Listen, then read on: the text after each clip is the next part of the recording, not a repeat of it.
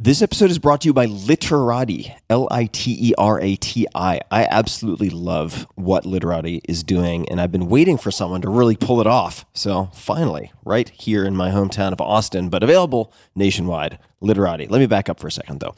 If there's one thing I think we're all craving after this completely insane Captain Insano year, it's an uplifting holiday season. We want the celebrations, the community, and the bonding conversations that will give us some hope and inspiration going into 2021. That's where Literati can really help. Literati is a subscription book club that sends a beautiful book to your door each month, handpicked by world-renowned authors and leaders. Literati has book clubs curated by fascinating luminaries of all different types, including the unbreakable Malala Yousafzai, basketball icon Stephen Curry, entrepreneurial legend Richard Branson, and famed author and New York staff writer Susan Orlean. There are many, many different folks to choose from. And the focusing function here, the filtering function, is what's important, because with more than 1 million new books released every year, finding the right needle in the haystack, the best signal amidst the noise, can be really hard. It can be super daunting. And Literati takes care of it for you. Every month, you get one paperback or hardcover book that's specific to your Luminaries Club, like Malala's Club Fearless or Stephen Curry's Club Underrated. These are life-changing books personally picked by awe-inspiring people. There's a personal foreword from your luminary in each month's book, and you're also able to use the Literati app to discuss what you read with people who are reading the same book, as well as the luminaries/curators themselves, so they do engage. The Literati app gives you exclusive access to discussions led by Malala, Stephen Curry, Richard Branson, Susan Orlean, and others. You won't get insight or access like this anywhere else, and the way they put it together is really beautiful. I have seen a couple of different packages that have been sent to me, and they're just gorgeous. They're really well done. And it makes the act of reading easy, and it makes it extremely pleasant. So get the books that the world's most fascinating minds are reading every month, and you can cancel anytime. You can gift subscriptions, which are available for 3, 6, or 12 months of books. It's a great way to keep the holiday magic going through 2021, whether you're gifting a friend, a family member, or yourself.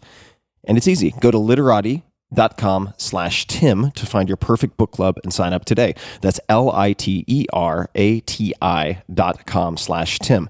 No one else has book clubs quite like these. Go to literati.com/Tim to get one book every month curated by today's leading authors and visionaries. So make your holidays unforgettable this year and make someone else's holidays unforgettable. Might as well. Go to literati.com/Tim. One more time, that's literati.com/Tim. This episode is brought to you by Headspace. Life can be stressful, even under normal circumstances. 2020 has challenged even the most resilient people I know. It's highlighted just how much we all need stress relief that goes beyond quick fixes, or really the hope for just a one-and-done Band-Aid. Quick is fine, but we need stuff that is durable, and that's where Headspace comes in. Headspace is your daily dose of mindfulness in the form of guided meditations in an easy-to-use app. Now, you might ask yourself, very reasonably, there are 2,000 plus apps for meditation. Why would I use Headspace? Headspace is one of the only meditation apps advancing the field of mindfulness and meditation through clinically validated research. Headspace is backed by 25 published studies on its benefits, 600,000 five-star reviews, and more than 60 million downloads. So if people keep telling you to try meditation and you're like, when would I do that? When would I possibly have time?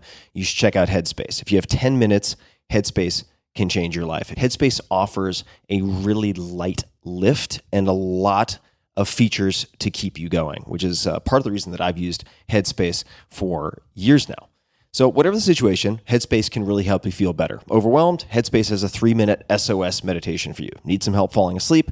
Headspace has wind down sessions their members swear by. And for parents, Headspace even has morning meditations you can do with your kids.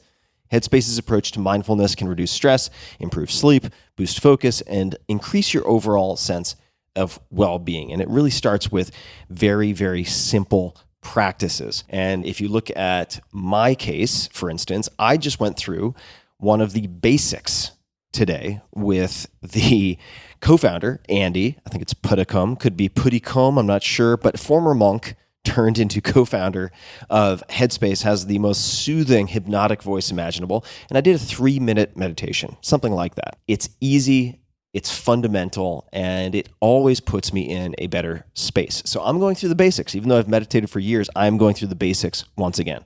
And I would suggest to anyone that they consider starting there. Headspace makes it easy for you to build a life-changing meditation practice with mindfulness that works for you on your schedule, anytime, anywhere. We all want to feel happier. We all want more peace. And Headspace is meditation made simple. Go to headspace.com/Tim. That's headspace.com/Tim for a free 1-month trial with access to Headspace's full library of meditations for every conceivable, possible situation. You can break glass in case of emergency in almost any situation and find something on Headspace. This is the best deal offered right now for Headspace. So check it out. Go to headspace.com/Tim today. This episode is brought to you by AG1, the daily foundational nutritional supplement that supports whole body health. I do get asked a lot what I would take if I could only take one supplement. And the true answer is invariably AG1. It simply covers a ton of bases. I usually drink it in the mornings and frequently take their travel packs with me on the road. So what is AG1? AG1 is a science-driven formulation of vitamins, probiotics, and whole food sourced nutrients. In a single scoop, AG1 gives you support for the brain, gut, and immune system. So take ownership of your health and try AG1 today. You will get a free 1-year supply of vitamin D and 5 free AG1 travel packs with your first subscription purchase. So learn more, check it out. Go to drinkag1.com/Tim. That's drinkag1, the number 1, drinkag1.com/Tim. Last time, drinkag1.com/Tim. Check it out. At this altitude, I can run flat out for a half mile before my hands start shaking. Can I answer your personal question? Now would seem an appropriate time. What if I did the opposite? I'm a cybernetic organism, living tissue over a metal endoskeleton. Tim Ferriss Show. Hello, boys and girls, ladies and germs. This is Tim Ferriss, and welcome to another episode of The Tim Ferriss Show. My guest today is none other than Daniel Ek. Who is Daniel? Daniel is the founder, chief executive officer, and chairman of the board of directors of Spotify. Most of you have heard of it, the world's most popular audio streaming subscription service with roughly 320 million users, including 144 million or so subscribers across 92 markets. Daniel, welcome to the show. Thank you so much for having me. I thought we would start with a word I have never known how to pronounce, and it is your Twitter handle, at ELDSJAL. Could you please explain what this is? Yeah, sure. So the Swedish pronunciation is eldsjäl. It's a very special Swedish word. I actually don't think that the word exists in English or any other language, but it's basically, the direct translation is a fiery soul. And it means someone who's intensely passionate about something, and is kind of there in the good and the bad times and perseveres. That's basically kind of what the name implies. So you usually find it in, the Greenpeace movement 20 years ago, or you find it when someone's passionately fighting the local government somewhere. Those are usually those types of people. And, it just always resonated with me. So is that one of your favorite words or the connotations of it? Was it a nickname given to you? How did it end up your Twitter handle? Was it a reminder to yourself? Yeah, I think it was, honestly, it was really a more of a reminder to myself and an ode to a younger me, because I was often called that because, whatever the issues were that I was passionate about, people saw that passion a mile away, and they always saw me advocating for this long before I realized I was going to be an entrepreneur, and long before I realized, I would start Spotify. So it kind of just felt like a very fitting name for who I am. And, it's just kind of been a part of my identity and a part of the things that I tend to get involved with. They all kind of share that characteristic. You mentioned, I'm not even going to try to pronounce it, and I'm so glad I didn't try. Yeah. How do you say it one more time? Eldsjäl. Eldsjäl. I'm not going to get too close. It's actually pretty good. Thanks. It's actually pretty good. And it would usually have an umlaut over the A. Is that right? The 2 dots? Yes. Mm-hmm. Yes, that's correct. So it's a very, very Swedish word. You indicated that it's a word that doesn't really have a corollary in English, and there are lots of words in different languages, like saudade in Brazilian Portuguese, or I should say in Portuguese, doesn't really exist in English. Are there any other words in Swedish that you care for that come to mind that just don't have a good equivalent in English? Well, there's actually a number of them. Another one of my favorites is a word called lagom. It's a word we use internally at Spotify quite a lot, actually. And lagom in Sweden is, I think the best translation I could give is it's just about right. It's not too much and it's not too little. And it's kind of, I think, encapsulates the Swedish spirit more maybe than anything else. Like in Sweden, it's very much a culture of you shouldn't stand out. You're part of a collective being, and the best thing you can be in the Swedish society is being lagom, just about right, like not too much and not too little. That's kind of what every Swede aspires to be, which feels crazy if you're an American, because that's about individuality and expressing yourself, and don't be afraid to kind of like take space. But it's completely opposite in the Swedish society. In the context of Spotify, is lagom, if I'm butchering that, but trying my best, is that for a minimal viable product? Is it for launching? In what context does that word get used in the company? Yeah, I think it's more around our culture. So, we have in Spotify these two kind of distinct subcultures as part of it. It's the American part, which is a very, very large part of Spotify today, and very inspiring to me too. I'm clearly Swedish, and people can hear it on my accent, but I've spent most of my time, probably for the last 20 years, involved in things related to America. I know more than most foreigners about US politics, sports, everything that's going on there too. And so the Spotify culture is kind of a hybrid between the two. But if you're an American and you encounter the Swedish culture, it's going to feel incredibly foreign. And so it's one of those things that we use internally to explain why there's some euphemisms or things that we do in the culture, then it tend to be the Swedish side or the lagom side of the company. And for me personally, like, this has kind of always been the internal conflict, because I've never wanted to confine myself to this lagom, but I have, certain traits of it for sure, especially by US standards.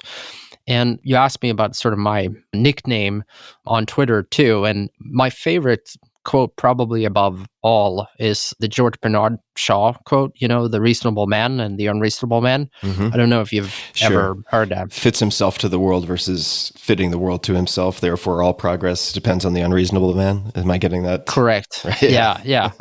And now think about the sort of Swedish conformist society where everyone's supposed to be the same. And then you have me coming into this society basically wanting to be the unreasonable man.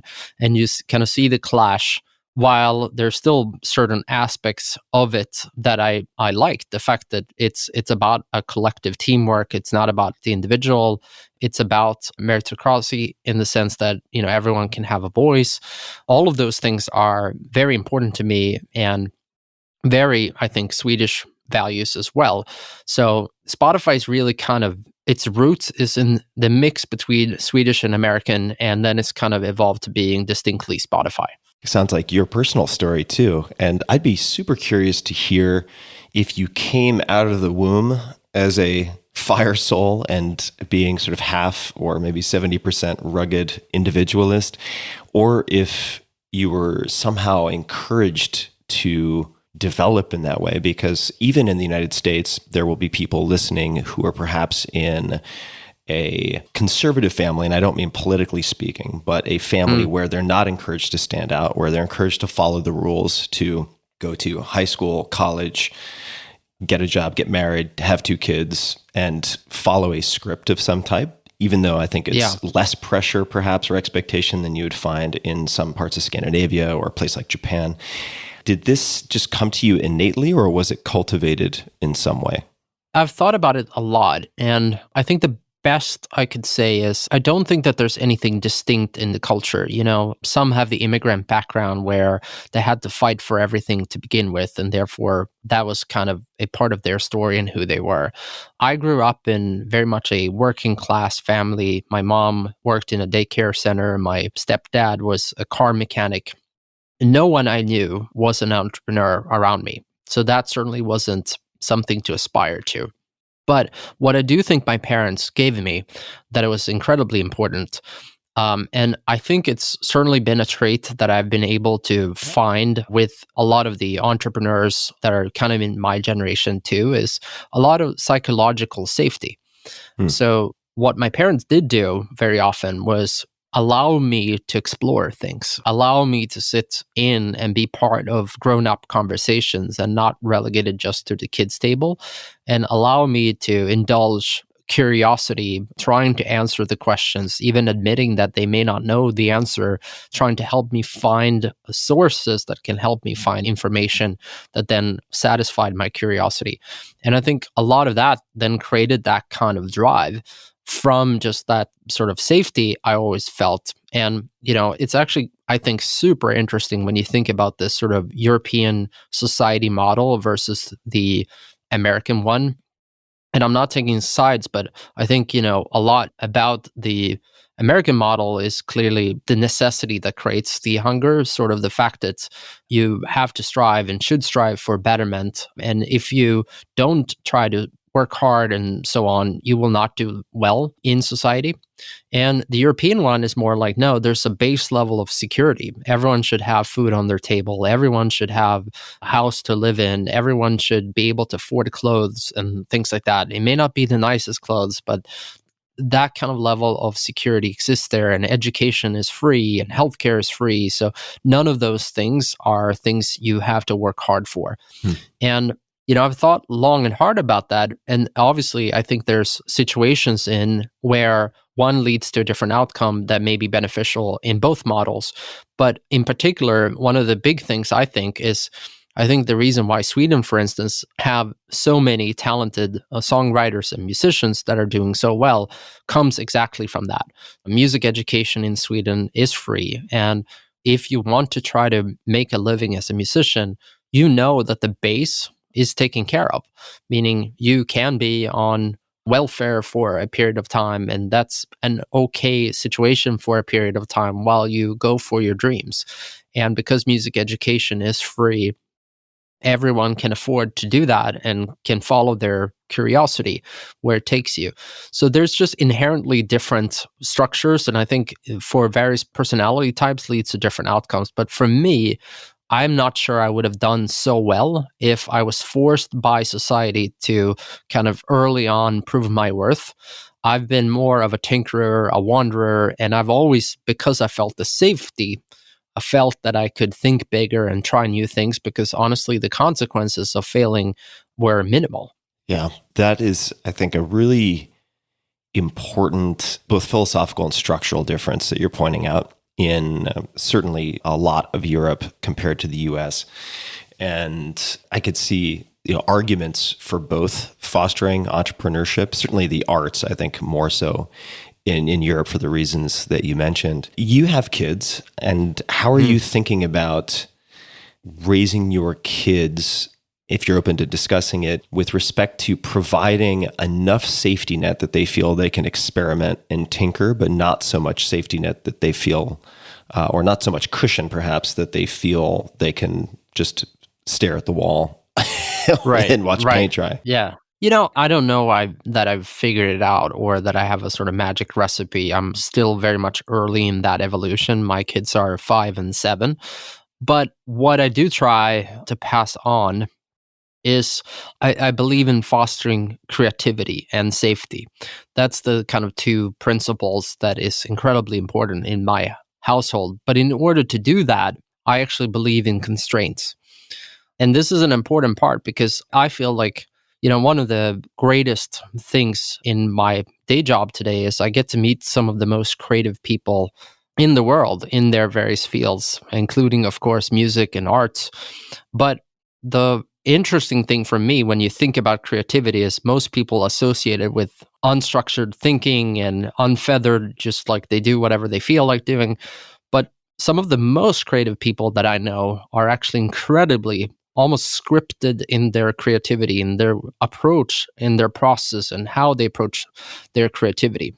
And so I think in that sort of polarity between the structured and the unstructured, there's so much value. And so what I try to do is I try to provide those kind of clear boundaries, if you will, with my kids when it comes to things like, how much time they can sit in front of a TV or an iPad, how you behave towards other people, regardless of where they come from. It's a lot of sort of values, principles. Even if you're 5, let's make your own bed kind of thing. So that kind of structure around you.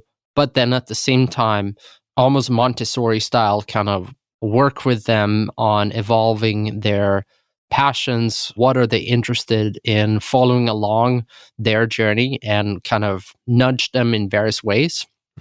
Just to discover their own creativity, discover their own kind of interests and passion. And I have no idea where it ultimately will lead to, but my hope is that it creates a way for them where they feel the psychological safety to pursue their own path in life independently of mine. Because I think that's the most important part, is they are their own individuals. I have no idea ultimately where they want to take life and what ultimate passions that they have.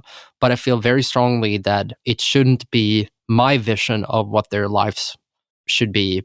That should be the dictating factor there. And that's at least something I've observed, feeling that from friends and growing up, that's been important to me to not do to my kids. Thank you. Yeah, it's I can only imagine, since I don't have kids myself, but like watching the emergent development of these personalities and observing all the different influences, hopefully some of which or most of which are positive, right? Shape them into their own individual selves. And I'd love to ask you about, I don't know if influences would be the right word, but books specifically, because my listeners often enjoy hearing about books, since they might not have access to some of the people who have influenced you, but they may have equal access to books. You were kind enough to be one of the featured profiles in my last book, Tribe of Mentors. And there was a question about the books you've given most as a gift and why, or what books have greatly influenced your life. And I'd like to talk about 2 of them.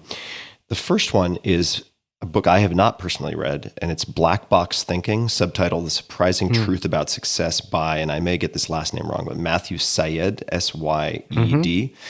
And I would love for you to just describe how you came across this book, why you find it interesting. Oh, wow. It's funny. I should say, I read probably north of 60 or 70 books a year. So I oftentimes...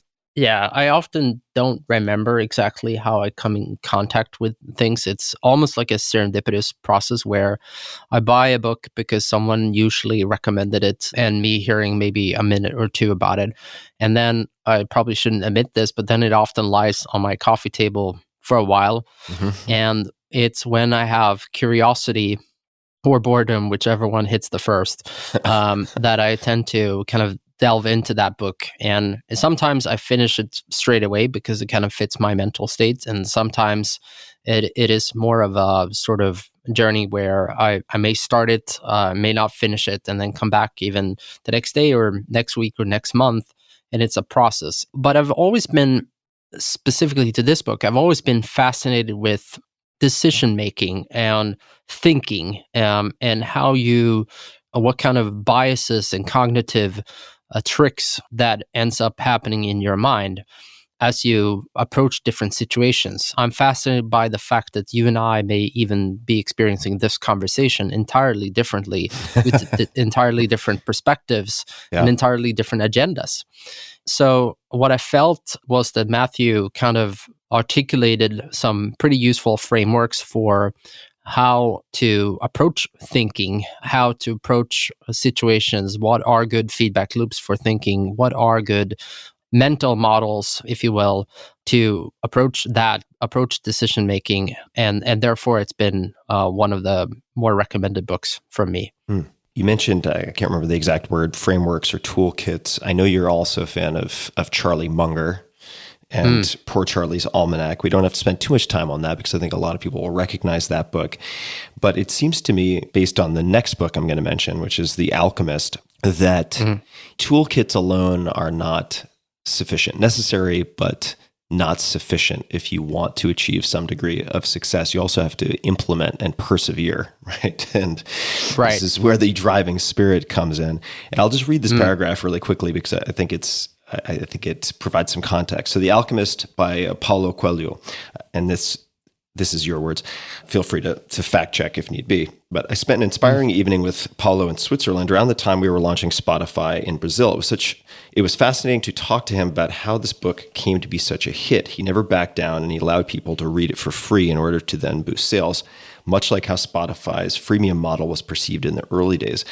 As you allude to here, because I've had Paulo on the podcast, a lot of people only think of The Alchemist as this gigantic, mega international phenomenon, selling 50 million or 75 million, 100 million. Who knows what the number of copies is now? But it was rejected repeatedly in the beginning. Yeah.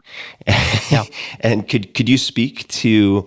And I'll segue from this to something else in a minute. But could you speak to what impact that had on you, whether it's the book or just the conversation about the book with Paulo? Well, I think I'm so inspired by people who are thinking on different wavelengths than yourself. And for me, Paulo has certainly been one of those individuals. I tend to draw myself to where I feel comfortable, which is around logic, reason, the engineering mindset.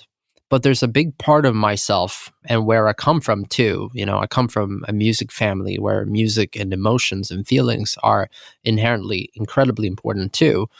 And Paulo, for me, represents not the free spirit, but more spirituality, but in a way where he can reason about it, he can talk about it.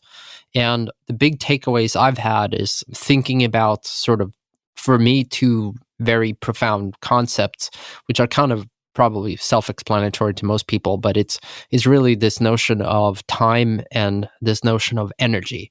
And when I think about those two things, time is the one commodity we can never get more of. And energy is your state of being in the present time. And for me, I used to be honestly, I was not in a great shape. I weighed probably 40 or 50 pounds more than what I weigh now.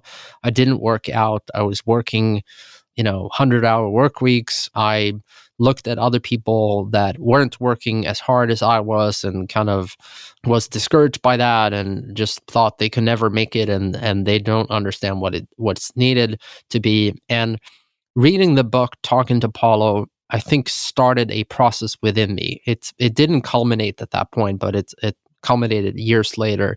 But it started a process about sort of thinking about the spirituality, thinking about the energy side of things. And where I am today, which is vastly different, I still constantly work on myself, but it's, I think, a lot more about balancing energy in my everyday life and overall. And, you can't really balance it, but it's about finding enough things to do that gives you positive energy. And we all have to do things that take energy as well. But even during a day, make sure that if you have a few things that will take energy from you, balance it up by adding a few things that will add energy to your life. And try to find those things that constantly do that.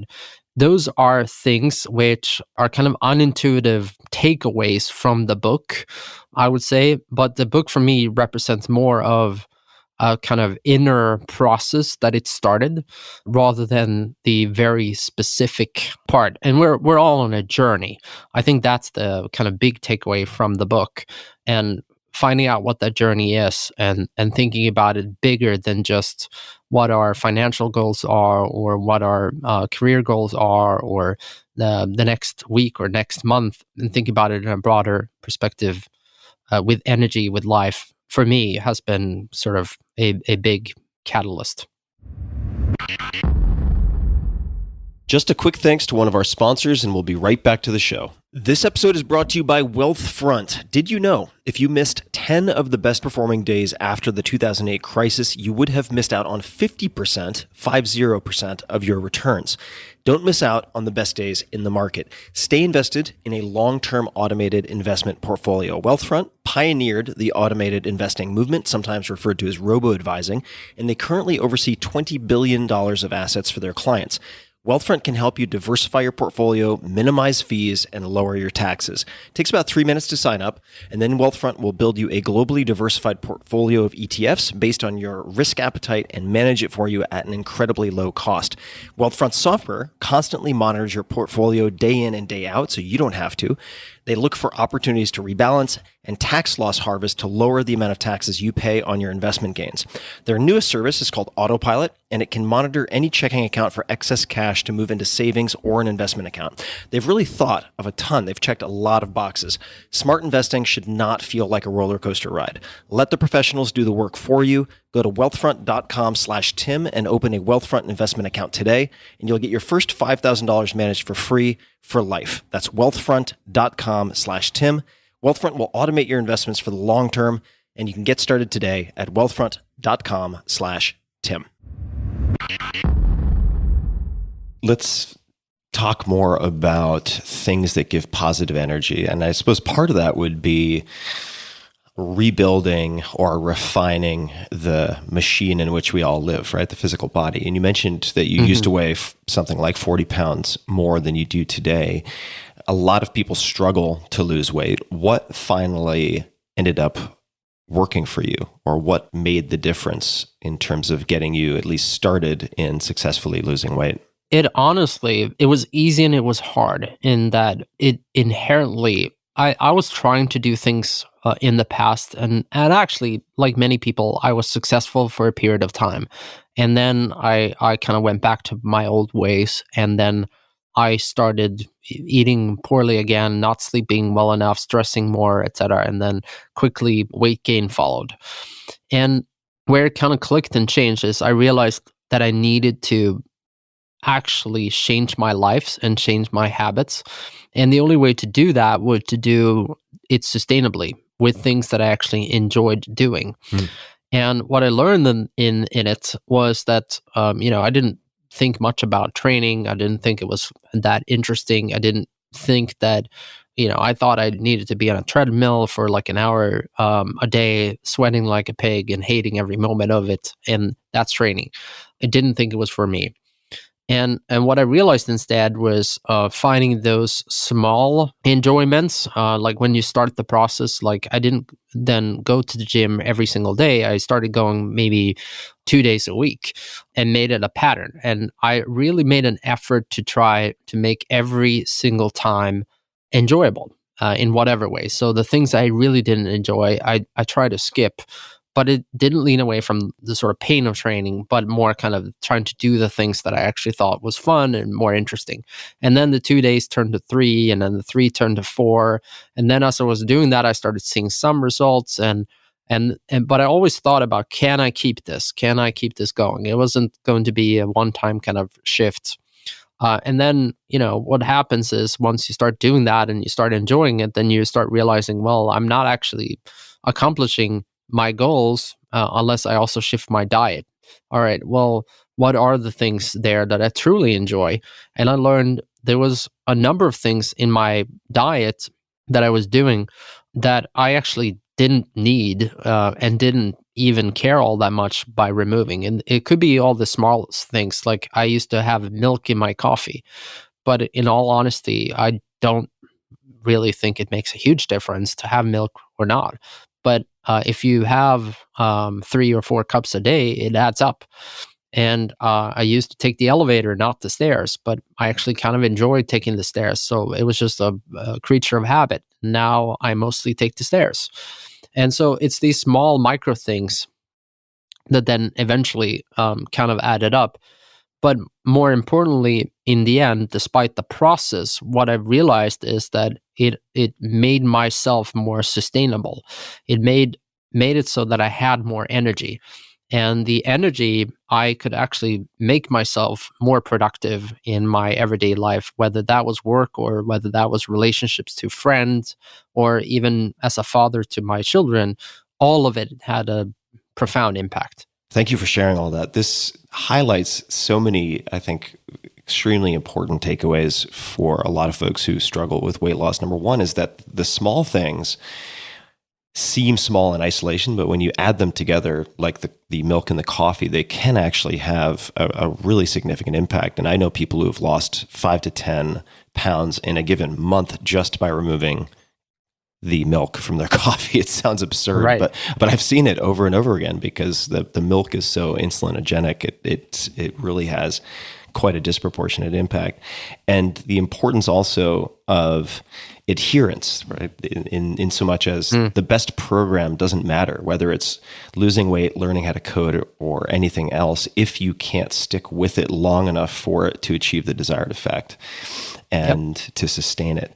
So those little tweaks really cumulatively can have a huge impact. I'd like to come back to the 100 hours a week. When you were working 100 hours a week, you continue to work very hard. And that is, I think, certainly a defining characteristic, but even more so for me, it seems like one of your defining characteristics is the ability to focus and prioritize focusing.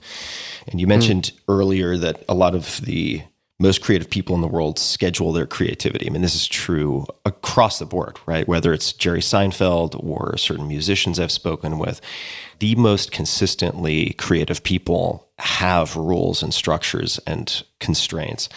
So it seems like you've done something very much the same to box out time to focus. And I just want to perhaps give an example of what your schedule might look like. And I want you to correct this if it's changed. But this is from The Observer Effect. And the question was about the schedule in the morning. And here's how it goes. I'll just read a few lines. Quote, so this will sound incredibly lazy compared to some leaders. I wake up at around 6:30 in the morning and spend some time with my kids and wife. At 7:30, I go work out. At 8:30, I go for a walk, even in winter. I found this is often where I do my best thinking. At 9:30, I read for 30 minutes to an hour. Sometimes I read the news, but you'll also find an ever-rotating stack of books in my office, next to my bed, on tables around the house, books on history, leadership, biographies. It's a pretty eclectic mix, much like my taste in music. Finally, my quote-unquote work day really starts at 10:30. Does your schedule still look pretty similar to this, or has it changed? No, it's pretty similar. Actually, today I started at 11 a.m. was my first kind of thing. So I ended up getting 30 minutes longer than I anticipated. But yeah, I mean, this is pretty much my everyday life. And I think Paul Graham of Y Combinator fame said a few years ago, he penned this paper that was kind of an aha moment for me about a meeting schedule or maker's schedule. Yeah. How different they are.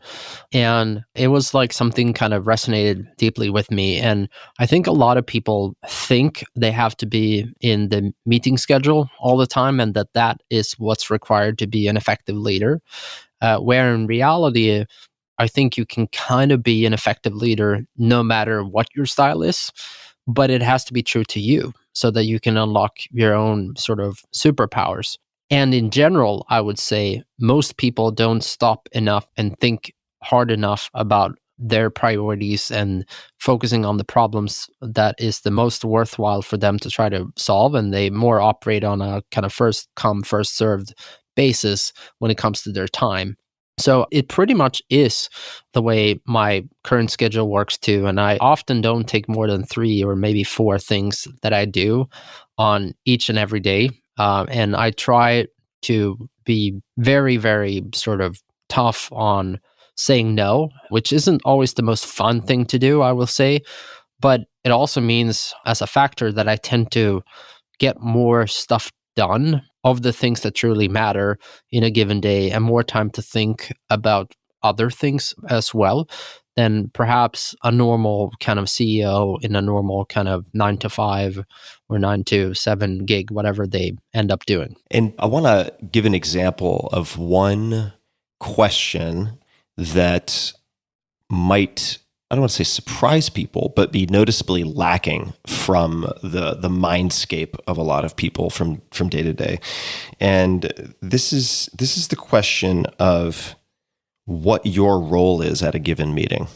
What is my role? And I've read about your sort of contemplation of this question, but when you go into a meeting, what different roles might you have, and why is it important to be clear beforehand on what your role is? If we actually take a step back and we think about work for a moment, and we think about work for knowledge workers, because it's clearly different. The reality is a lot of knowledge workers that work in companies, most of the work that they're doing is done in meetings. Some of us do some actual other work too, but a lot of it ends up being in meetings. And it's surprising to me that we spend as little time as we do on actually thinking about the meetings we're having, if they're productive, if they're worthwhile, and if they're delivering on what the ambition was. And I can only say that when you survey people, they tend to, when you ask if the meeting was effective or not, most people actually say that meetings are wasteful. And yet we see more and more and more of it. And so I like to think that a huge point of optimization can be done by designing better meetings for people. And early on, it started with my own sort of process at Spotify, not just thinking about how much time we were wasting, but frankly, in a meeting, what I found myself many times in was maybe meeting a person in the company that had done a tremendous job putting together a presentation of some kind.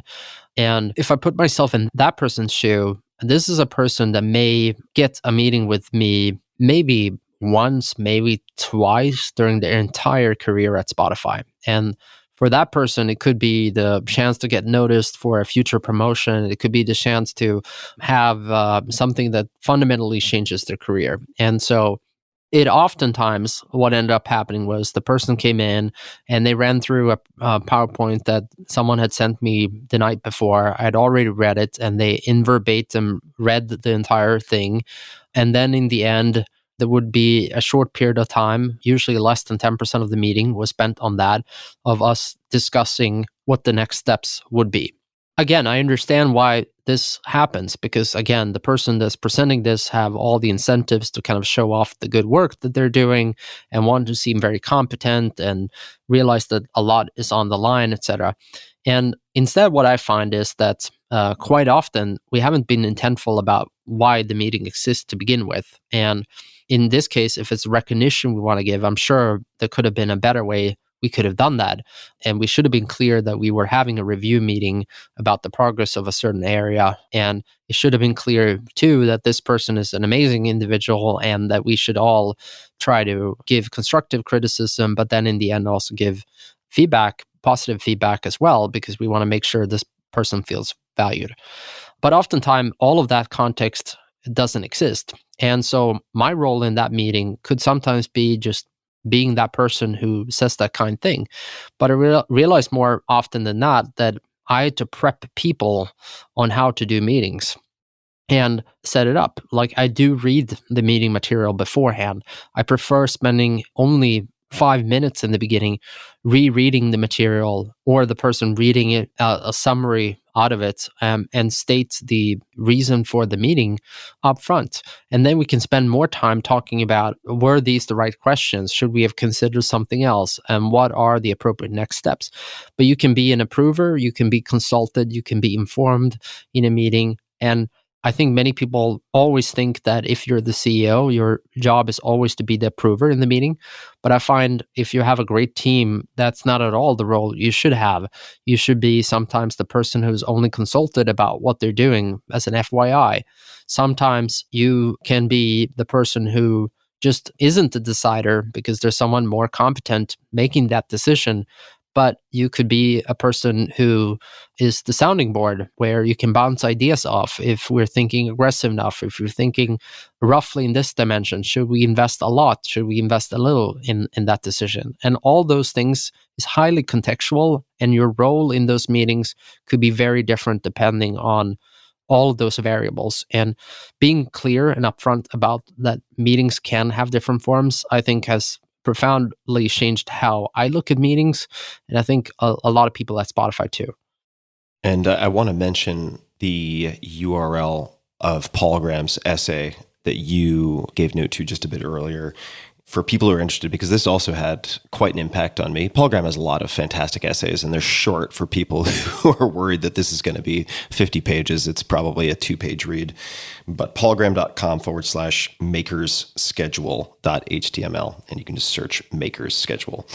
And has profound implications for anyone who seeks to create in any way, whether it's in a company or as a creative professional like an artist, for instance. I think it's just an outstanding essay. And I'd like to hop next to an annual cadence. So I've read about you sitting down with everyone on your leadership team once per year and doing a mental closing of the year. What went well, what went poorly, and specifically, in addition to that, is this what you want to do for the next 2 years? And I'll just quote, this is from Fast Company.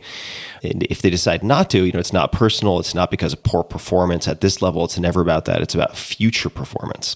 I find this very interesting, but I'd love for you to flesh out some of the details. Do you still do a mental closing of the year using some type of format like this? Yeah, we do, and I'm actually I'm writing my reviews at the moment for all of my employees, and I'm gonna start, not all my employees, but all my direct reports, and I'll start talking to them about it in the next week or two. So it's still very much sort of top of mind for what we do. And maybe I can just kind of say what the genesis is of that. And please. This is kind of inspired by Reid Hoffman's Tour of Duties concept. I was thinking about my own journey at Spotify, and a lot of times the easy way to say it is I've had the same job for 14 years, but obviously my job looks nothing like it from the beginning, because in a startup it's very different than running a public company with a global presence, et cetera, et cetera. And so when I summarize that and I think about it, and part of the reason why I'm still excited about the job I'm doing every day and not just the company is because I'm probably on my 8th job at Spotify. And what I came to realize is that part of the reason why the tenure of people at companies end up being relatively short, certainly in Silicon Valley and a lot of tech companies, is that this job journey, when you deal with startups, is it doesn't always conform to better titles. Sometimes you retain the same title, but in reality, your job looks very different. And I don't think we're clear enough, especially in startup environments, which are incredibly fast growing. If you think about a company that's growing 100% per year, and you fast forward 3 or 4 years down the future, it is impossibly the same company. And it is impossibly so that your job could be exactly the same as it was a few years earlier. And most people aren't clear about that. So they just assume that because the person used to do the job, that they'd be perfectly happy continue to doing that job. And circumstances obviously change, no matter if you make changes or just by virtue of growth. That I started calling it out explicitly by just kind of mental marking and saying, we should try as a leadership team to see around corners and try to predict what does the future company look like. When Spotify was a 1,000-person company, I said to the team, in the next journey will be 5,000 to 10,000 people, and everyone could buy into that. But then we started aligning on what are things going to have to look like for that. Then, if we are a 5,000-person company, what are the sort of things that will have to change? What are some of the things that will change even for your role? And you realize, as an example, if you're a leader of 10 people versus 1,000 people, your job is so different because, you're a leader of individual contributors in the first instance, and in the latter instance, you're a leader of leaders. And your primary job is almost around communication, clarity, consistency, and designing scalable ways of interacting with all of these people and scalable processes. It sounds more boring than what it is, but the point is that it's so different, and I think you need to be clear about that, because we just think about the role and the title and think, well, sure, it ought to be the same. But I feel like when people are disgruntled about the company changing, it's because they haven't realized that their job changed as well. And if it didn't, that role and that person would hold back the entire company, which is obviously unacceptable.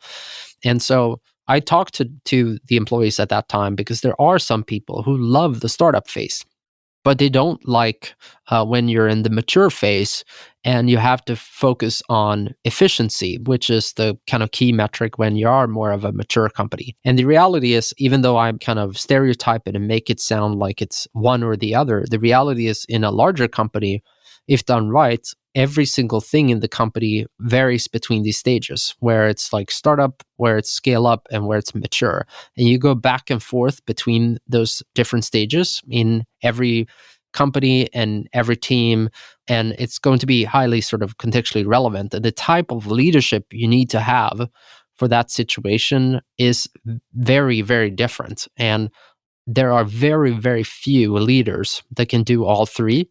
And no leader that I'm aware of that can do all three of them incredibly well. You can pass on a few of them, but not be amazing on all three of them. So a few things that I want to underscore for folks. I feel like I'm the Kindle highlighter of these conversations as we go, but that's okay. I try to be useful. The first is for people who don't recognize Reid Hoffman. He is the co-founder of LinkedIn and was the firefighter in chief, or nicknamed such, by Peter Thiel when at PayPal, and has done many, many other things. And the tour of duty concept, people can read more about also in Harvard Business Review if they just search Reid Hoffman and tour of duty. You mentioned a few minutes ago how very often your role as CEO is not the decider in chief in every meeting, right? And if you've done things well, that there will be many decisions made, perhaps in consultation with you, but you can't scale to 5,000 employees with everything running through Daniel. What do you view as your most important jobs? For some CEOs, it's recruiting top talent. For others, it's long-term product vision. In your mind, what are the absolute critical functions, if you could only choose a few, that you need to fulfill, that you focus on? I actually, one of the sort of biggest realization for me the last few years is that I'm not sure. The obvious thing would be to say you can't scale and do 5,000 person's jobs, and that's obviously true. But I do think that there are bottom-up companies and top-down companies, and both can be incredibly successful. You don't have to look further than looking at someone like Elon Musk to know that he is intimately involved in a million different details in the company. And how he managed to do that and how he managed to scale, it's beyond me. I'm very impressed by it. But I also know I couldn't do that, and it's not my philosophy. And so I think I just wanted to start by saying I think the leadership style that you ultimately have has to be authentic to who you are. And I think a lot of us take so much inspiration from leaders, including myself, by the way, where we often try to maybe copy someone's specific thing that they're doing without understanding all the underlying mechanics perfectly well. And so I don't want to sort of say this is what you need to do as a leader, because I think that there are many different leadership styles that can be incredibly successful. But I can talk about what is important to me as a leader in Spotify and the culture that we have. And there, I am not a person that knows everything about everything. I am much more of a generalist, but I try to pride myself instead these days about trying to be a decent communicator about and almost like an editor of our vision, because I feel like you have to provide constraints to the organization. Otherwise, you have these 1,000 flowers bloom and let's throw things against the wall and see what sticks. And the editor position in that end is always back to purpose. Like, why are we doing things? Why does it matter? How does this ladder up to the mission? And being the constant sort of guardrail against that. And then The second part I find is when you're dealing with a larger company, the important part is we all get complacent. This is true. I just walked through. I've been having a cold, no COVID, but like a cold, and I was just starting to work out again a few days ago. And I noticed with myself that I became complacent. Like I didn't really go 100% in to this. And I was trying to self-justify why I wasn't and all of those things. And I realized, oh, no, Daniel, you're taking the easy way out. And instead, it ended up being that I kind of stuck out 30 minutes longer and had probably one of the most amazing training sets I've had in probably 6 months.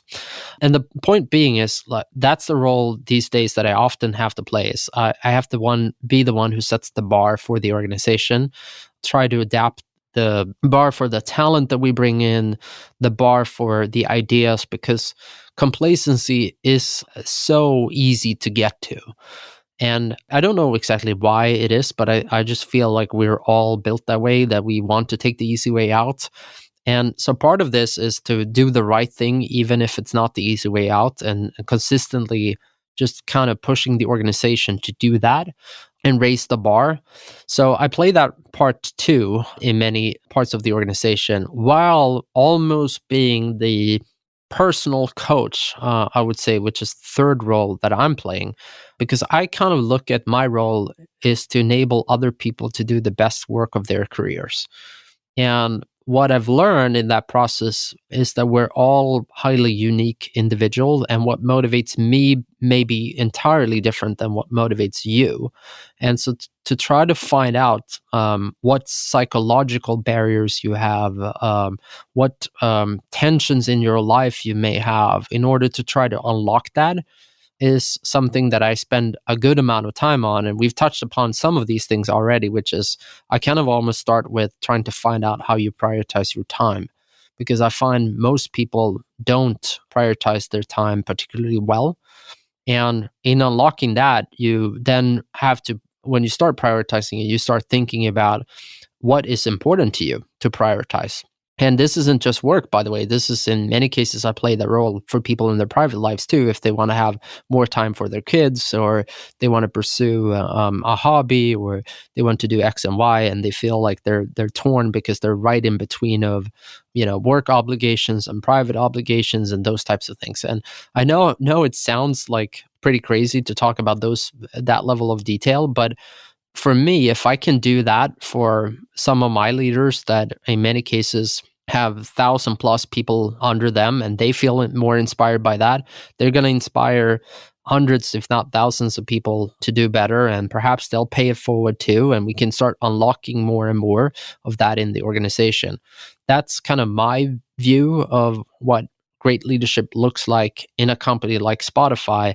But I am so fascinated by other leaders and how they make it work in their cultures, and I try to be a great student of other companies, especially other companies' cultures, and the reason why it enables them to do things differently than perhaps what we at Spotify do.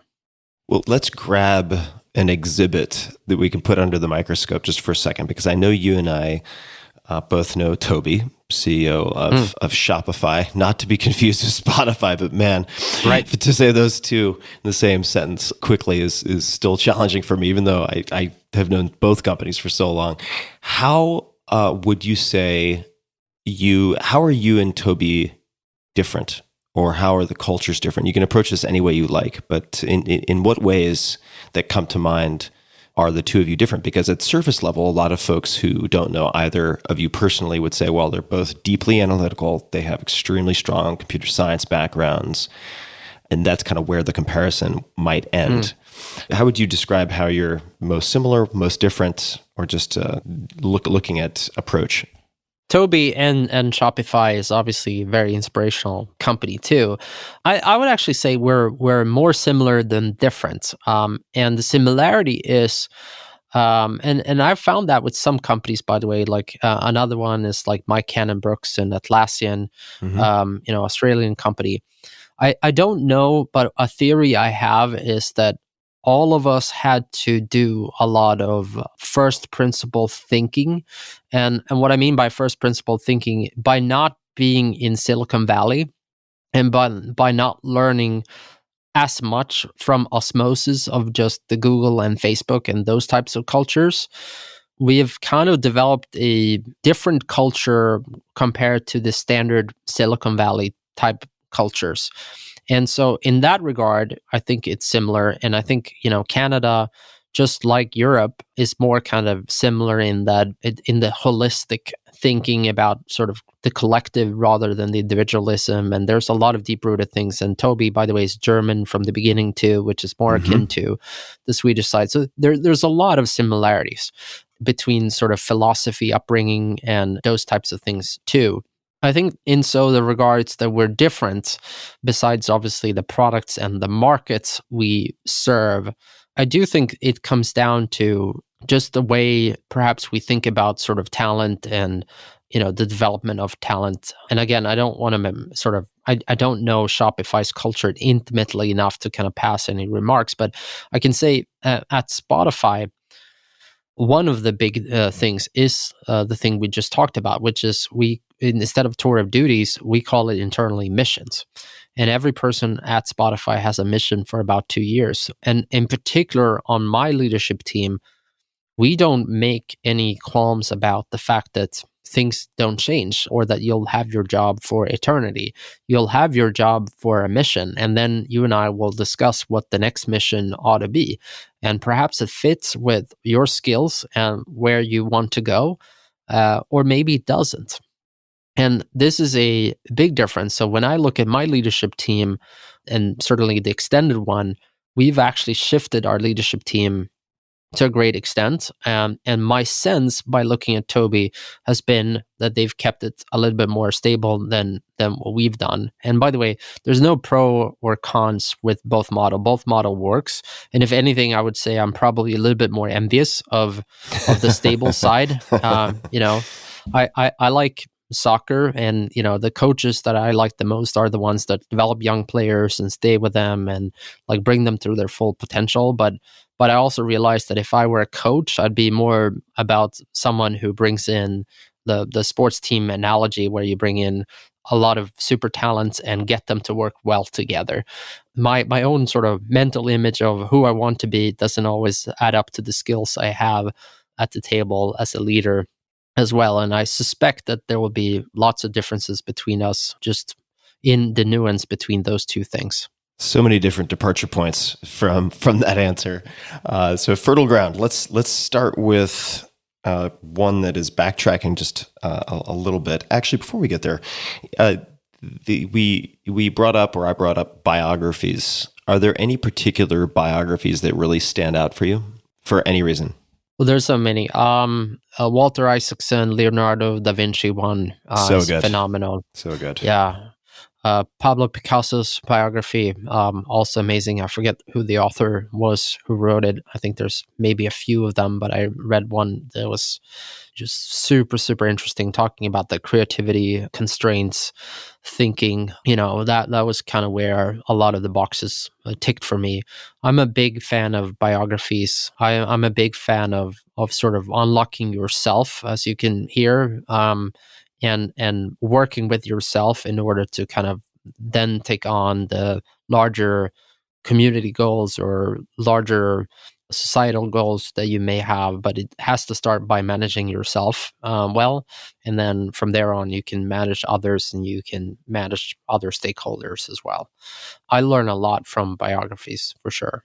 Are there any, since you mentioned management, are there any particular books that have helped you in thinking about management? They don't have to be books about management per se, but do any come to mind? Yeah, I mean, it all depends on where you are right in the life cycle. Yeah, I mean, early on as a manager, there's High Output Management by Andy Grove is fantastic. Hard Things About Hard Things by Ben Horowitz is also really good for someone who's first time journey and going through and kind of learning the basics. And there's a number of others about goal setting and about financial modeling. There's a ton of them. But these days, the most inspiration I take from are leadership journeys more than the specific tools in the toolbox that you can have. And I find that is the single most challenging things because, as we talked about a little bit earlier, you have to make leadership personal. I was having a fascinating conversation with Matthew McConaughey just the other day, and we talked about how the roles and characters he takes on, it has to be a part of himself, because if it's not, it's never going to shine through and it's never going to feel authentic. So he has to bring out that element of himself in that character in order to make it come alive. And I think for me, that is when true leadership shines through as well.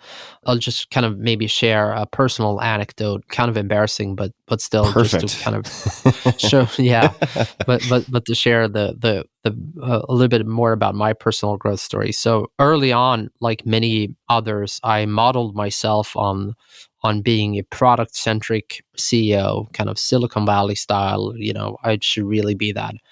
And I was looking at what are the best practices. What does Mark Zuckerberg, what does all of these other guys do?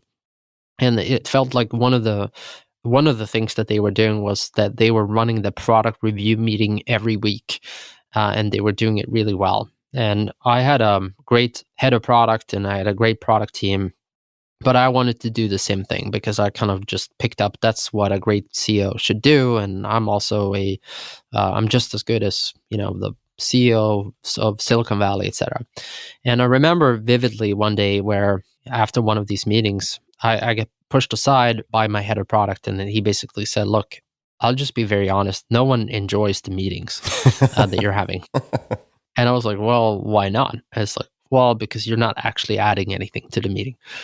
And that was a very rough conversation.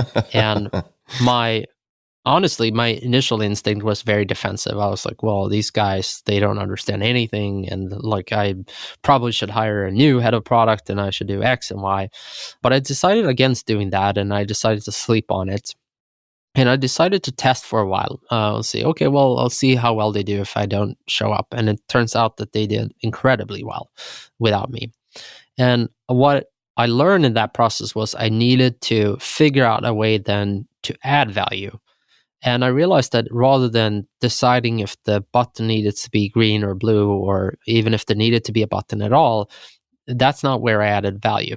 Where I added value in that meeting was by sharing context that they may not be aware of, rather than sort of pushing towards a decision of a particular kind. Or even, it wasn't about my preferences at all, but it was about sharing context so that they can make better decisions as a team. And it's now happened many times at Spotify where I've had similar situations where... I'm sorry to interrupt, Daniel. Could you give an example of context that might be helpful in such a situation? Additional context? Yeah. So let's say you're in a product review meeting and you talk about what are the biggest problems we're actually trying to solve for the customer in this end. And oftentimes it could be, we actually find that half of the people in the first session don't find a song that they really love. And so the context then that I could share in that's the data. Then the context I could share would be either if I've had any insights from talking to other Silicon Valley CEOs or other people around what great ways to solve the problem could be. A context in itself could be why that's a worthwhile problem to solve in the first place.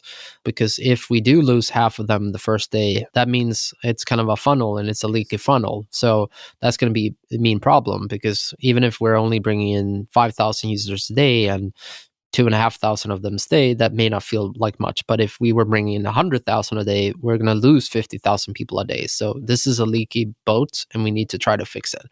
And that context can be incredibly valuable to share. And I was approaching this more from a control mindset. I thought I needed to control the prioritization of the product. And I realized instead I needed to share more context to enable them to make better prioritizations themselves.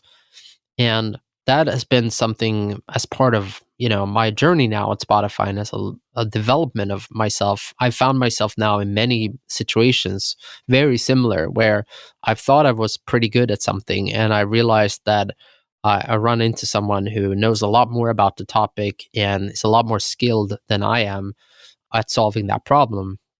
And so I've kind of then had to find out a new way to add value in that situation. That's been a huge personal growth journey for myself, both to be able to keep up with the company, but then also realizing and not being insecure about in those moments of time when I kind of effectively put myself out of work to find a new job and try to find new ways to add value to the company. Returning to the 2-year missions, I would love to know, maybe you can't disclose it, but if you can, that'd be great. Do you have a 2-year mission yourself? And or what might a 2-year mission look like? Is it your mission is to do X by Y using Z? Is there a format to it? And is it spelled out really clearly? It's more an aspirational feeling oftentimes. Sometimes it's very tangible, or oftentimes I should say it's more an aspirational feeling. What do I want to feel once I've accomplished or feel like I'm at this level? But I can talk about my last one because it's probably the most tangible and easy one. And that was just learn how to become a good public company CEO. I said good, but not great, because great will likely take time. But we went public about 2 years ago, and I knew I needed to be good. And so what are ways, what does a good public company CEO look like? What are skills that I currently don't have today that I likely have to develop? What are the rituals, habits, processes to get me there, and then work myself backwards. And that was a process that ended for me in 2019. So I kind of set the bar where I would start, call it a year and a half before going public. And then I was hoping, I didn't anticipate to be at day one because I needed some real loop feedback from the real market. But I kind of finalized it by at least not obviously seeing that I wasn't a decent one. And so now I've kind of moved on to my sort of next mission instead. Become a 3 Michelin star chef. That's the note. Yeah, that would be fun. My wife would certainly love that if I could do that. I'm a horrible chef. Well, another time we can make some pasta together. The aspiration to become a good public company CEO. Let's use that just as a bit of fodder to explore how you then convert that into actions, right? Because I would imagine you approached it in a pretty systematic fashion. I'm looking at a description of your goal setting, and I'll just quote here from Fast Company. I also write out what my daily, weekly, monthly goals are, and every evening I check how I'm doing, and then I allocate my time, and then in parenthetical, to match the goals. When you have something like become a good public company CEO, but you could kind of fill in the blank with just about anything, how do you keep yourself on track? Do you break it down into micro tasks or practices just so you don't get lost, as you mentioned, with lack of prioritizing? How did you approach that? Yeah, I've actually started changing a bit about it because I realized the process was taking the overhand from the results and I wasn't enjoying it as much. So I've made the process somewhat simpler since that Fast Company article. So I think more about time and habits than necessarily looking at it daily or weekly. I still kind of review my goals for the days, but I no longer have a goal for the week. I then kind of look more at it from a sort of quarterly basis and then semi-annually nowadays. So it's a little bit of a tweak just to not make it too much overhead.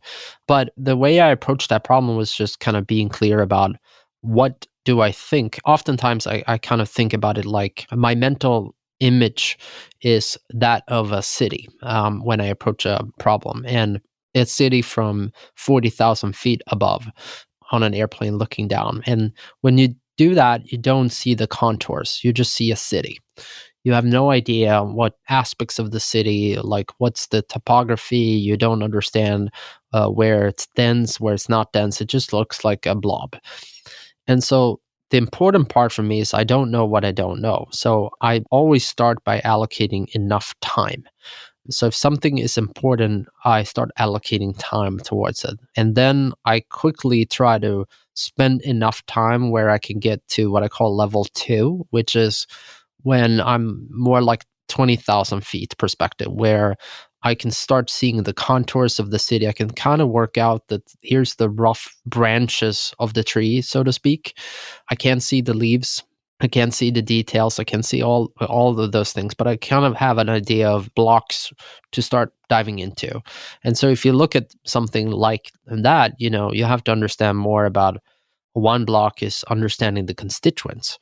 In what way is a public market CEO different than a VC?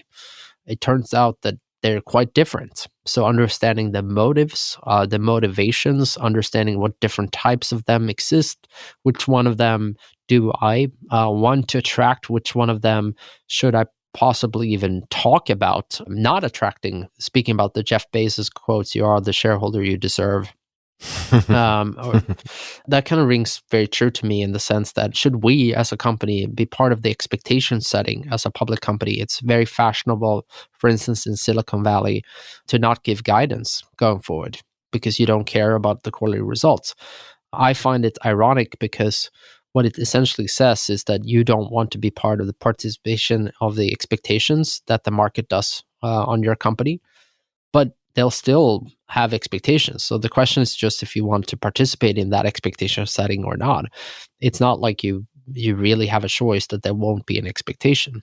And so after seeing those nuances, I realized that it was actually very important to me to be part of that expectation setting, because if I'm going to be beholden to something, I'd rather be beholden to something which I was a part of informing them about rather than something that they just made up their mind all by themselves.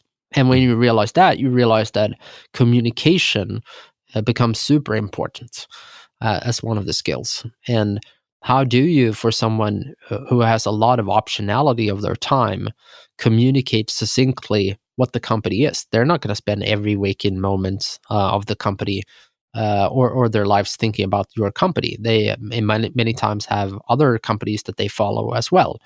So putting yourself in that mindset, starting to see the nuances, starting to see the blocks, then start to think about what habits can lead up to the skills that you desire, and even the increasing the resolution, so to speak, of the image I just said about the city, so that you see all the streets, see all those things, is super important for me as I think about a mission of mine, and even honestly just learning about a subject that I'm interested in.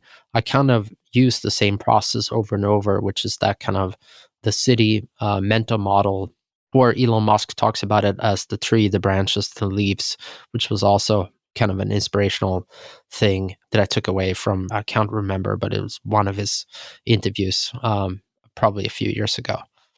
So I want to give an example of communication and a quote that has been shared quite widely, but I think that it would be nice to have you just explain in brief the gist of it, what it means. And the quote is, quote, "We believe that speed of iteration beats quality of iteration, which is why we're not big on bureaucracy." And I want to focus on the first part of that. Speed of iteration beats quality of iteration. Could you explain what that means, please? Yeah. Again, when I evaluate success among a future leader at Spotify, or even someone who just joined the company, I look at the rate of their learning growth. I find that to be the best indicator for whether they will be long-term successful in their job at Spotify or not.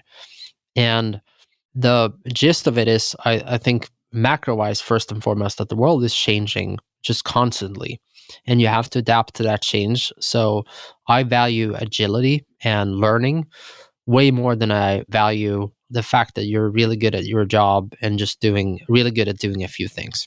The other aspects of that I think is important is the notion not only about the sort of the world changing or any of that sort, but also perhaps maybe more my own personality more than anything else. I love learning first and foremost. And the second thing is I am not Steve Jobs or Elon Musk. I don't just intuitively know what the world will look like. And I don't think most people do.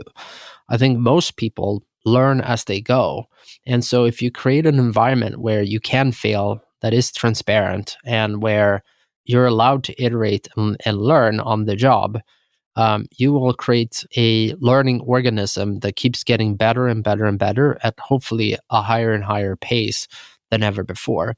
And that, for me, as a culture, feels a lot more resilient than one that relies on someone having a godlike ability to see the future before anyone else sees it. I've never been that type of entrepreneur. I wouldn't know where to begin in inventing the next iPhone, but I do know how to make something a bit better than it was yesterday. And I do think that I know some things about the world, but I also know in that process, I'll learn a lot of new things if I keep developing and iterating as I go along. Let's hop to a completely different species of learning organism, and that is Brilliant Minds. What is Brilliant Minds, and how did it start? Oh, yeah. So Brilliant Minds is a conference that I started together with Ash Pornori, who is the manager of Avicii a few years back.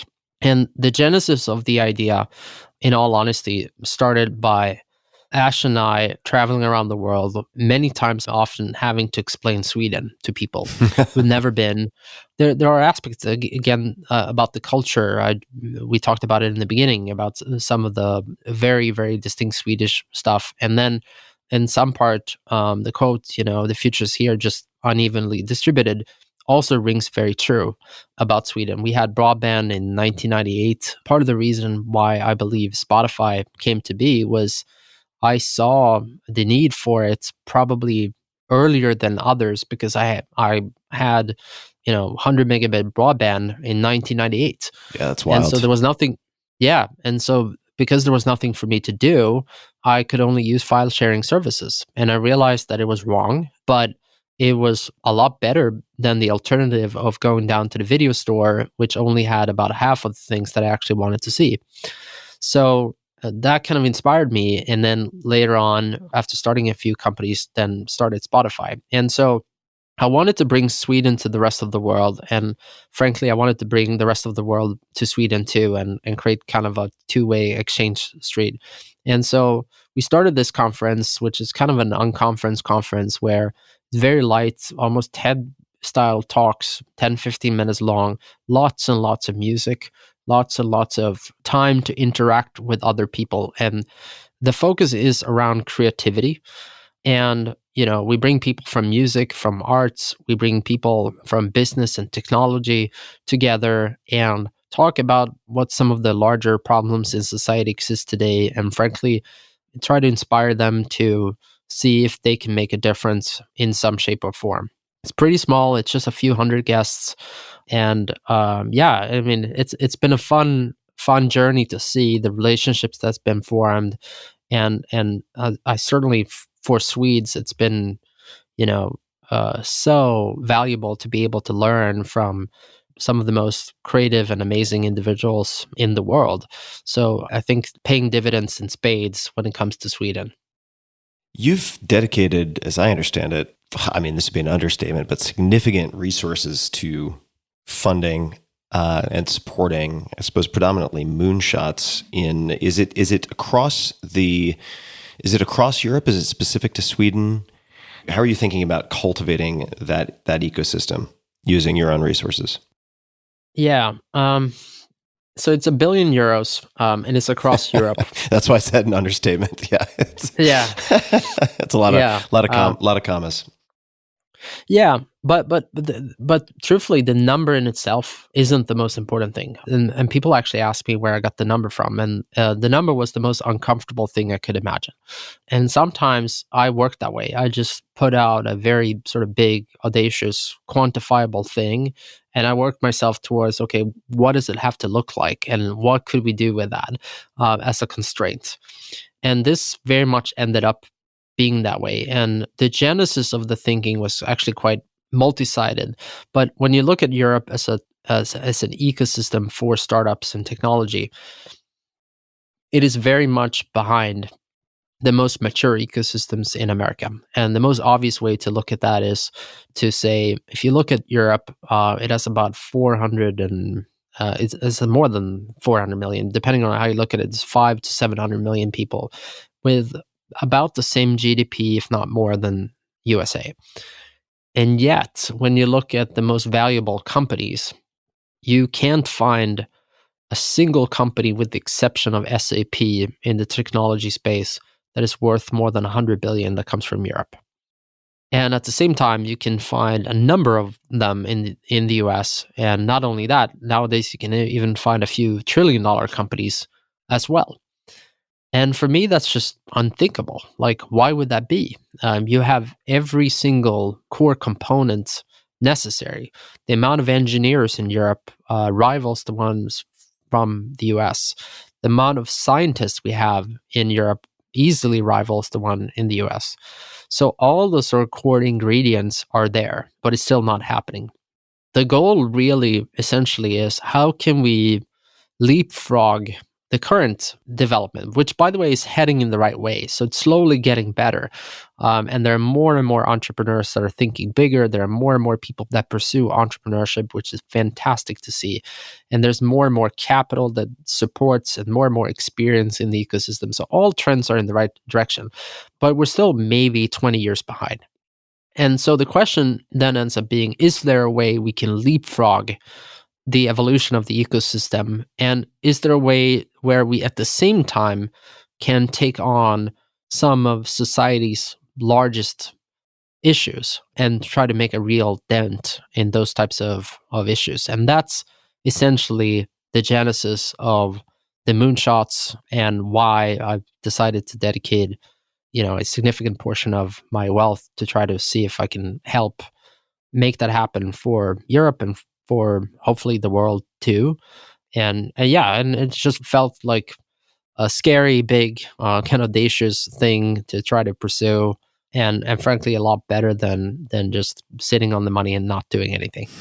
Collecting marbles. Yeah, I agree with that. And it seems like some of the targets that certainly have implications for addressing very significant problems and meeting challenges, and looking forward into the next 10, 20 years and beyond, it would include machine learning, biotechnology, material sciences, energy. And that is, it's very exciting to put the type of resources that you're applying into those fields in Europe, to me, for a number of reasons. And one we won't have time to get into today is to see how that changes vis-a-vis incentives, right? We were talking about Charlie Munger earlier, the attraction, retention of talent. And as I've seen with, say, Shopify in Ottawa, Canada, which is the last place people would expect, maybe not the last place, but it's not on the top 3 in mindshare for, say, startup communities. But because they are not subject, I suppose somewhat similar to Duolingo in Pittsburgh also, to Facebook and Google and Apple trying to poach their engineers every second right around the corner, they have some real competitive advantages. So it'll be very exciting to see what type of not just standing on equal ground can be created in Europe, but also advantages for people who happen to be located or choose to locate themselves in Europe. So I commend what you're doing. Well, thank you. Yeah, I mean, it's early days, but I feel like it's one of those things where it's either going to be very successful, or we will talk about all the lessons from the failure in a few years, hopefully, when we do this again. That's kind of how I like living my life, by the way. I don't like the safe lane. I prefer the uncomfortable lane, where it either becomes big, or you kind of go home. And yeah, it's the, I guess, the kind of very typical entrepreneurial spirit, but I've tried to remain, naive enough to want to pursue those types of opportunities. Well, I think naive might be one way to put it. I think agile and observant would be two other ways to put it, because we're not going to have time to really dig into the value of failure. But there's a fetishizing of failure in Silicon Valley in some cases. But the reason that I think you are so capable, in part, of harnessing failure as the tinder for larger flames of success is because of that commitment to learning organisms and constraints and review, right? That type of assessment, the mentality of 2-year missions. I think that it's this incredible sort of structure and system of habits that you've built around it that allows you to, again, in part, sort of convert so effectively. So we won't have time to talk about the UFC. I'm sad about that. We won't have time to talk about Alexander the Mauler Gustafsson. I really, at some point, want to talk to you about your interest. I'd love to. Yeah, I'd love to. So some other time, Yeah. Guitar. There are all these subjects that we won't have time in this round one. So last question, or maybe second to last, and this question is sometimes a tough one, but we'll throw it out there anyway. And that is, if you had a billboard, metaphorically speaking, to get a message, a quote, a question, an image, anything out to billions of people, non-commercial, what might you put on that billboard? Oh, wow. I don't know how I would find a way to write this a lot more marketable than the way I'm going to put it now, so that it would resonate with more people. But I think the single biggest thing that's striking to me right now, with all the polarization on all the different issues that we're facing, is, the words "be kind." Everyone is on their own journey. And I've encountered so many fates and life situations, certainly over the last 9 months ago, where I've learned so much. I learned about issues I didn't even know existed. I learned about situations and hardships, but also successes and happiness as well. So all of those different things. But what it kind of reminded me on is that we're all on our own journey. We're definitely not perfect. This part of why I wanted to talk a little bit about my own sort of journey and growth, because I don't even know whether I would consider myself particularly good at anything. So and that's actually like a mental thing that I constantly struggle with, because I constantly face people who I always find are smarter than me, deeper than me on various subjects, and like all of that stuff. I think we're all on journeys, and we all have our own insecurities. We have all our own stuff that's happening in our lives, and just to be mindful about that, just be mindful about that we're all going through things, has created a lot of empathy for me and created a lot of understanding for me as I meet coworkers, as I meet people out in society as well. And it's especially important as we sit now in our own homes and digitally type away on Twitter and other things, not thinking too much about whose feelings we may hurt or not, because we can't read each other's emotions. And so, yeah, be kind. Everyone's on their journey. Would be that. That's, I think, the perfect way to wrap up. Daniel, Fire Soul, this has been a lot of fun. I really appreciate you carving out the time across time zones to have a wide-ranging romp of a conversation that was very non-linear. So I appreciate you playing ball. Thank you so much. Of course. Well, thank you so much for having me. This was a blast. So I hope to do it again sometime. Yeah, that would be great. I put R2, which is in highlighter around all these subjects that we didn't get to, just in case we do a round 2. So we'll have plenty for next time if we do. And how do you say, let's say now in Swedish, is there something like tusen tack? How would you say? Yep. Tusen tack. Tusen tack. Ah, yes. I still need to work on my vowels, but one word at a time. And perfect. Really appreciate you being so open to so many questions. And to everyone listening, we will have links to everything discussed, ranging from brilliant minds to the books and everything in between, in the show notes at tim.blog/podcast. And until next time, be kind, and realize everyone is on their own journey. Hey guys, this is Tim again. Just a few more things before you take off. Number one, this is 5 Bullet Friday. Do you want to get a short email from me? Would you enjoy getting a short email from me every Friday that provides a little morsel of fun before the weekend? And 5 Bullet Friday is a very short email where I share the coolest things I've found or that I've been pondering over the week. That could include favorite new albums that I've discovered. It could include gizmos and gadgets and all sorts of weird shit that I've somehow dug up in the world of the esoteric as I do. It could include favorite articles that I've read and that I've shared with my close friends, for instance. And it's very short. It's just a little tiny bite of goodness before you head off for the weekend. So if you want to receive that, check it out. Just go to 4hourworkweek.com. That's 4hourworkweek.com, all spelled out, and just drop in your email and you will get the very next one. And if you sign up, I hope you enjoy it. This episode is brought to you by Headspace. Life can be stressful, even under normal circumstances. 2020 has challenged even the most resilient people I know. It's highlighted just how much we all need stress relief that goes beyond quick fixes, or really the hope for just a one-and-done Band-Aid. Quick is fine, but we need stuff that is durable, and that's where Headspace comes in. Headspace is your daily dose of mindfulness in the form of guided meditations in an easy-to-use app. Now, you might ask yourself, very reasonably, there are 2,000 plus apps for meditation. Why would I use Headspace? Headspace is one of the only meditation apps advancing the field of mindfulness and meditation through clinically validated research. Headspace is backed by 25 published studies on its benefits, 600,000 five-star reviews, and more than 60 million downloads. So people keep telling you to try meditation, and you're like, when would I do that? When would I possibly have time? You should check out Headspace. If you have 10 minutes, Headspace can change your life. Headspace offers a really light lift and a lot of features to keep you going, which is part of the reason that I've used Headspace for years now. So whatever the situation, Headspace can really help you feel better. Overwhelmed? Headspace has a 3-minute SOS meditation for you. Need some help falling asleep? Headspace has wind down sessions their members swear by. And for parents, Headspace even has morning meditations you can do with your kids.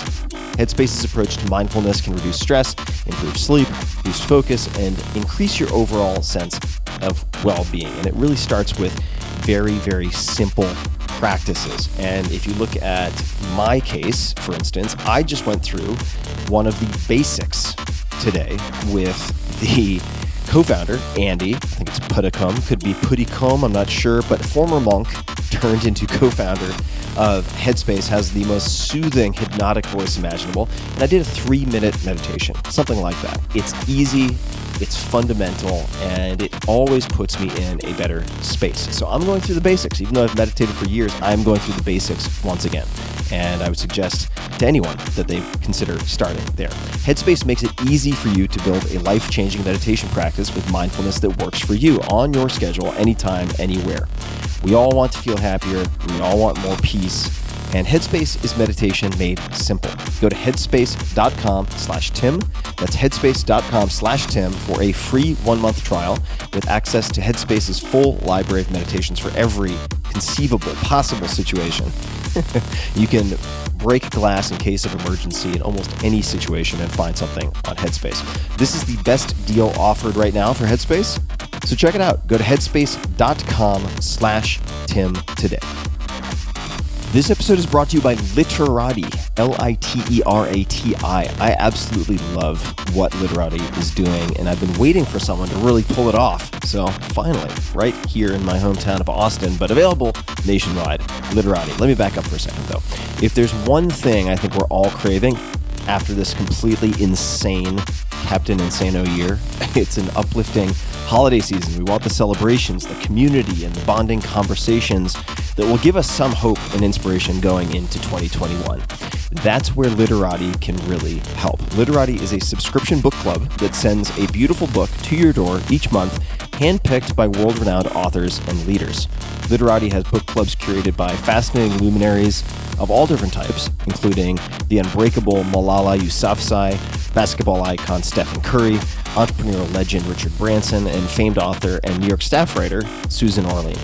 There are many, many different books to choose from. And the focusing function here, the filtering function, is what's important. Because with more than 1 million new books released every year, finding the right needle in the haystack, the best signal amidst the noise, can be really hard. It can be super daunting. And Literati takes care of it for you. Every month, you get one paperback or hardcover book that's specific to your Luminaries Club, like Malala's Club Fearless or Stephen Curry's Club Underrated. These are life-changing books personally picked by awe-inspiring people. There's a personal forward from your luminary in each month's book, and you're also able to use the Literati app to discuss what you read with people who are reading the same book, as well as the luminaries/curators themselves, so they do engage. The Literati app gives you exclusive access to discussions led by Malala, Stephen Curry, Richard Branson, Susan Orlean, and others. You won't get insight or access like this anywhere else, and the way they put it together is really beautiful. I have seen a couple of different packages that have been sent to me, and they're just gorgeous. They're really well done. And it makes the act of reading easy, and it makes it extremely pleasant. So, get the books that the world's most fascinating minds are reading every month, and you can cancel anytime. You can gift subscriptions, which are available for 3, 6, or 12 months of books. It's a great way to keep the holiday magic going through 2021, whether you're gifting a friend, a family member, or yourself. And it's easy. Go to literati.com/Tim to find your perfect book club and sign up today. That's LITERATI.com/Tim. No one else has book clubs quite like these. Go to literati.com/Tim to get one book every month curated by today's leading authors and visionaries. So make your holidays unforgettable this year and make someone else's holidays unforgettable. You might as well. Go to literati.com/Tim. One more time, that's literati.com/Tim.